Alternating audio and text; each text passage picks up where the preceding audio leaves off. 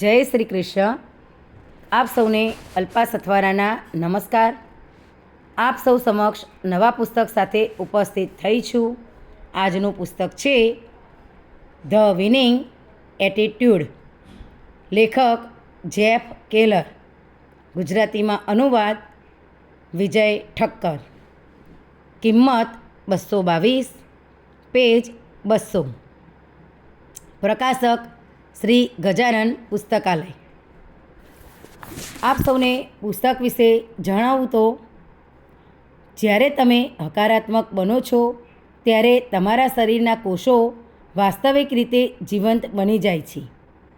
આ દુનિયામાં એ જ વ્યક્તિઓ આગળ વધે છે કે જેઓ ઉઠે છે અને પોતાને જોઈતા સંજોગો શોધે છે, અને જો તેઓ તેને શોધી ન શકે તો તેઓ બનાવે છે.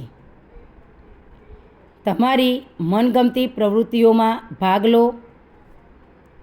દરેક વ્યક્તિ એક સમાન નિર્મિત છે. આ અઠવાડિયે એક પ્રયોગ કરો. તમને જે મળે તેમના તરફ અલગ દૃષ્ટિકોણ રાખો. શેરીમાં રહેલા ભિખારીથી કે કંપનીમાં સાફ સફાઈનું કામ કરતા હોય ત્યાંથી લઈને તમારી કંપનીના CEO સુધીના જે કોઈ મળે તેમને એક જ માનવીય કુટુંબના ભાગ તરીકે જુઓ.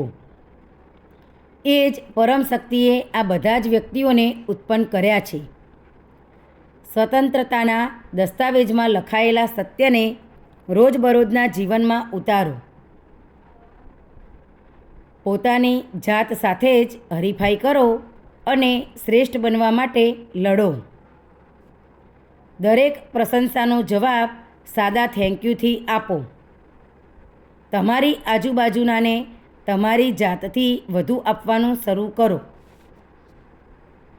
જ્યારે પણ કોઈ તમને શાબાશી આપે, જવાબ આપો થેન્ક યુ.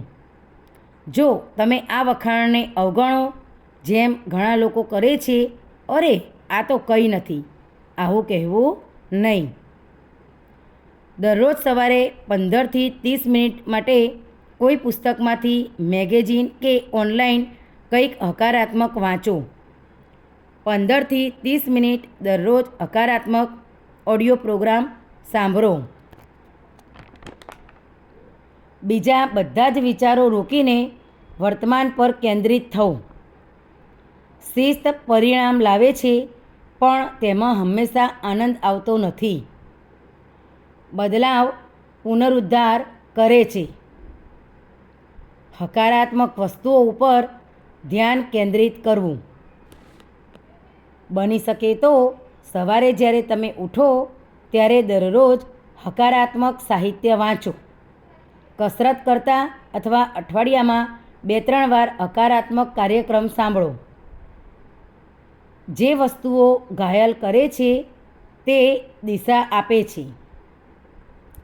સંકટ એ મહાનતા માટેનો સાદ છે, ક્યારેક જ નહીં, બધી જ વખત. કંઈ પણ અંગત રીતે ન લો. તમે આપો અને તે તમને પાછું આપવામાં આવશે. હકીકતે આપવું એ પૂર્વ શરત છે મેળવવાની. તમારી જાતને પકડો અને નક્કી કરો કે રોજ થોડીક એવી વસ્તુઓ કરવી કે જે તમારા અંતિમ ધ્યેય તરફ લઈ જતી હોય. તમે તમારી જાત સાથે હરીફાઈ કરો અને દરરોજ તમારી પોતાની કુશળતા ઉત્પન્ન કરવાનું ધ્યેય રાખો.